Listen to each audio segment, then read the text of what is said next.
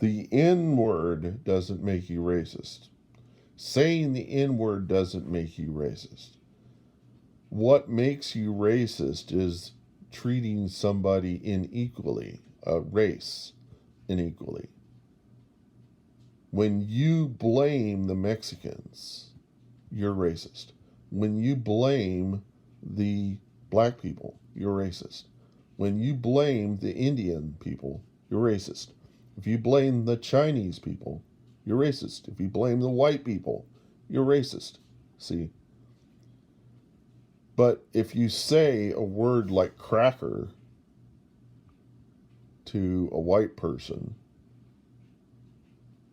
it may make them feel down, but if you treat them unequally, if you say, if they, is it a term of endearment, or is it or are they saying, or are they vilifying all white people by saying cracker? I don't know. But there are people who avoid saying the word thinking that they're avoiding being racist or being seen as racist. But that's just vanity. That's saving face. That's focus on that one thing as being the thing that's preventing you from being perceived as racist doesn't keep you from being racist. What makes you racist is how you is vilifying a race of people. So if you say that all black people have the potential to cause more crime than white people, you're racist. If you say that Mexicans coming over the border are bringing with them lots of crime, that's racist. Okay? And it says in the Bible, don't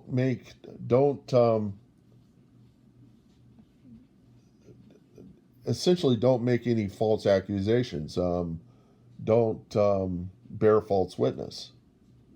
You know, that's one of those big ones is don't bear false witness.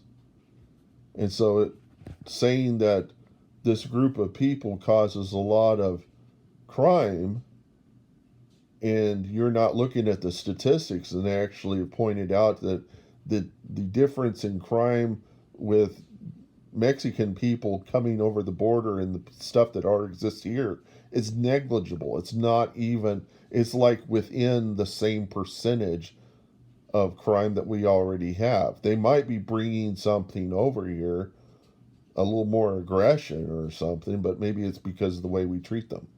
Okay.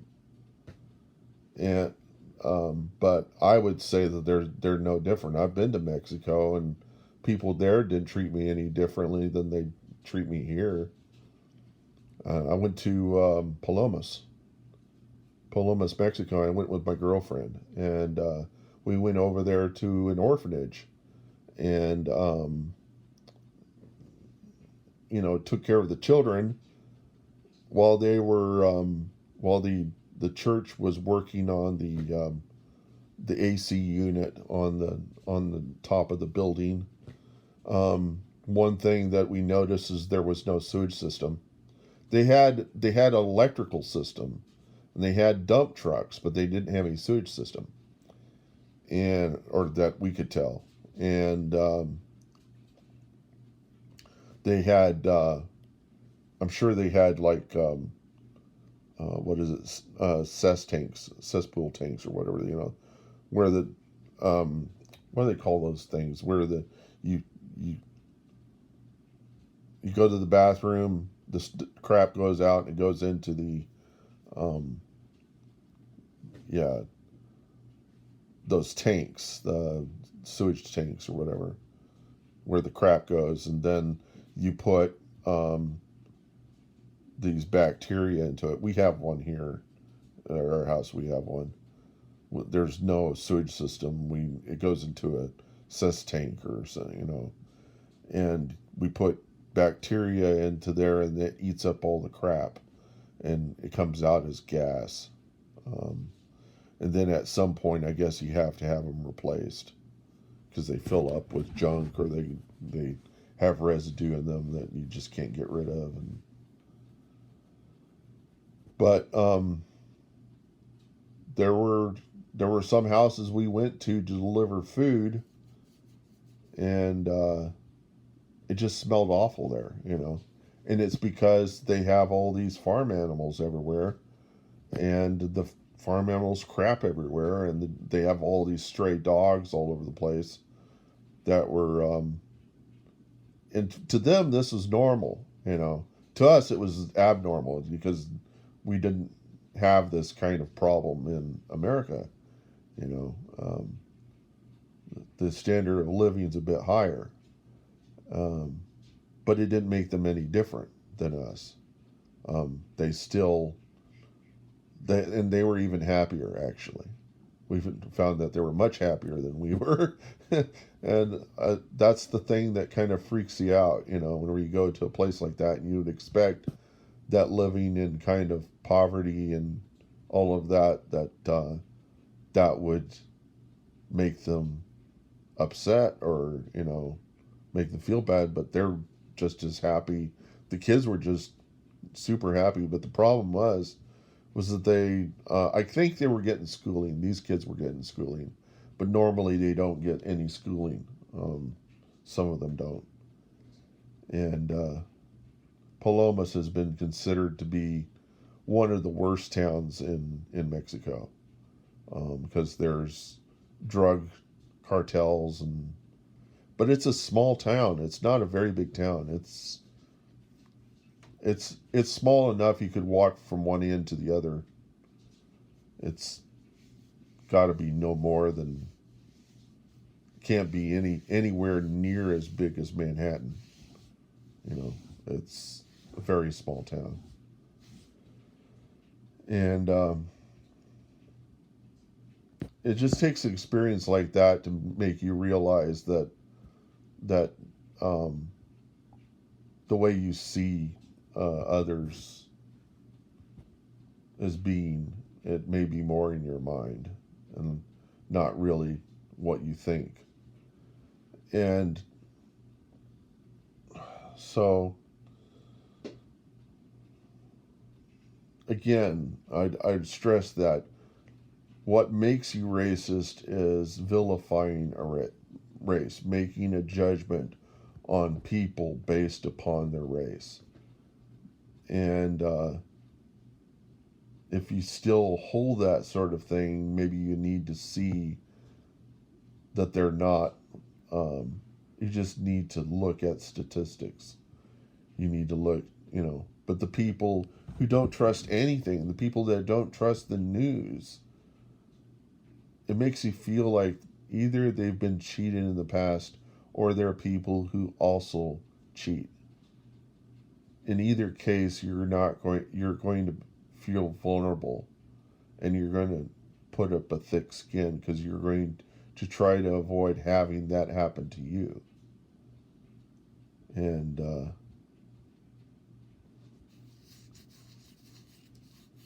it's desperation for security whenever you feel vulnerable, blaming other people, scapegoating other people.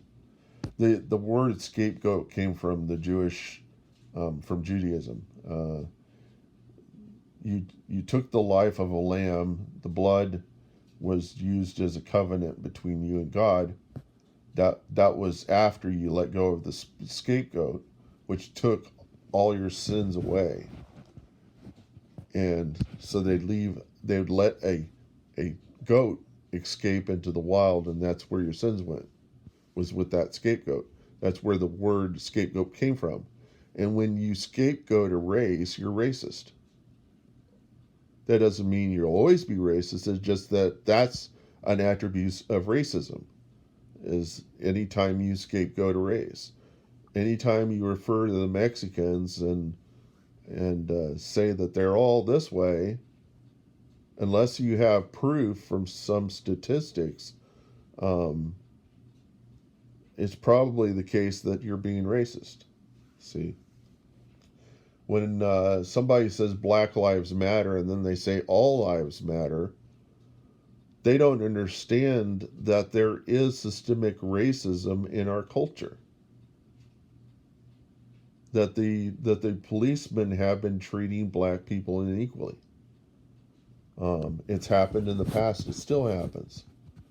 And the reason why is because there's racism in our culture. There, there are people that are begging to have policemen capture criminals when the policemen don't have enough evidence to capture a criminal. Sometimes they will take in somebody who's innocent, but is within the bounds of an accepted racist perce- perception.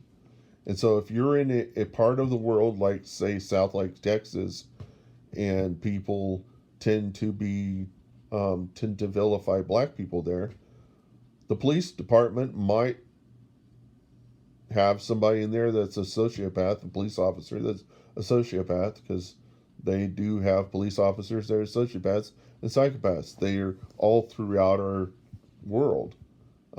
They exist and you don't know they're there.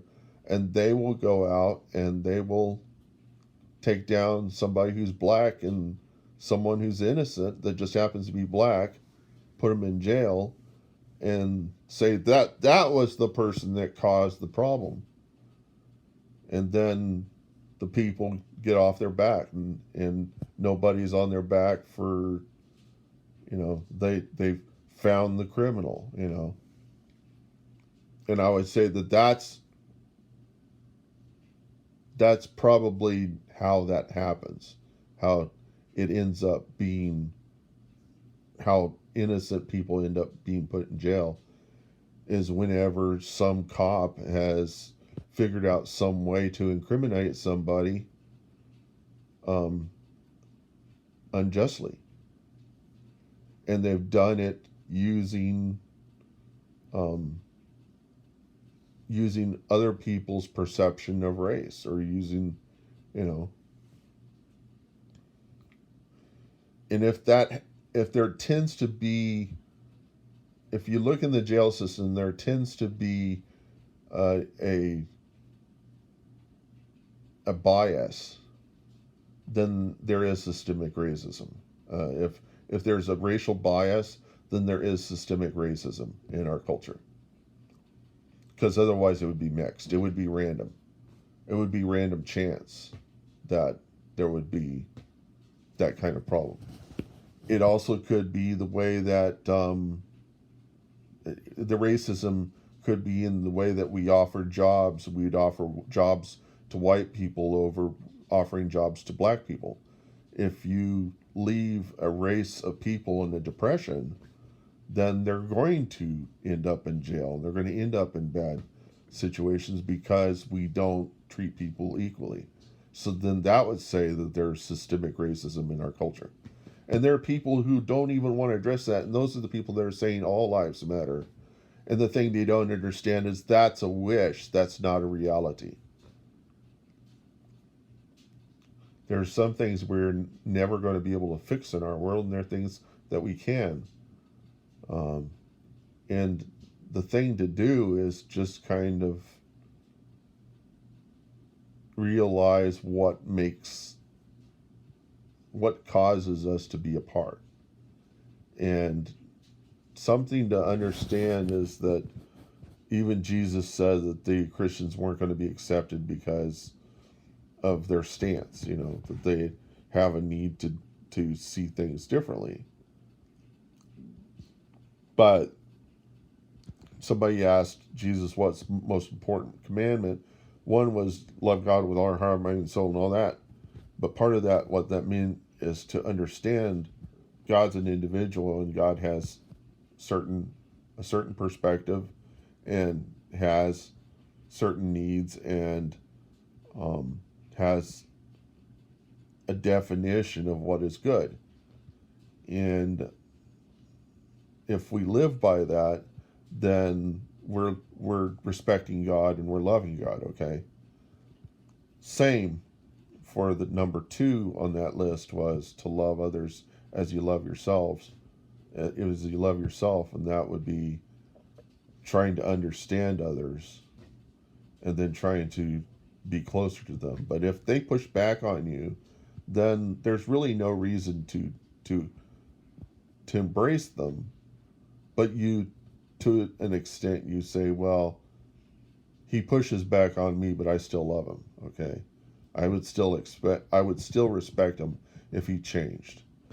There are people that will say this person will never change. I'll never have respect for this. He'll never change, and that's the same in the Bible as saying when you say to your brother, "You fool," you're tempting the fires of hell. What it means is not that you say that you fool, that you believe they'll never amount to anything, you know, and that it's kind of like what I said about Fred Jr. Fred Sr. vilified Fred Jr. and told all of the children that he's a loser, and as a result of that, Fred Jr. got drunk and died from alcoholism. So you're basically putting someone to death whenever you say you fool eternally. I mean, you say they'll never amount to anything.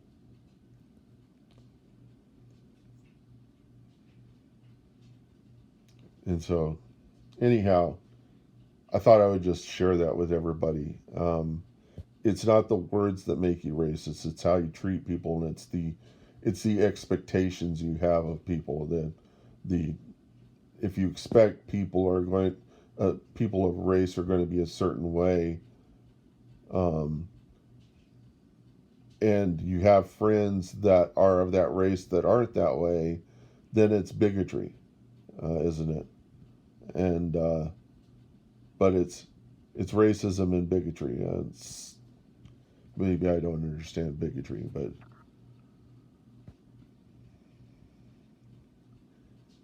everybody's like that to some degree, and it probably will never get fixed. But we need to kind of understand what is racism, what racism is not. And the words are not, even though they're racist, they don't make you racist to say the words. What makes you racist is the treating people unequally and expecting that they'll never amount to anything. That's not loving them, and that's completely disobeying the second commandment.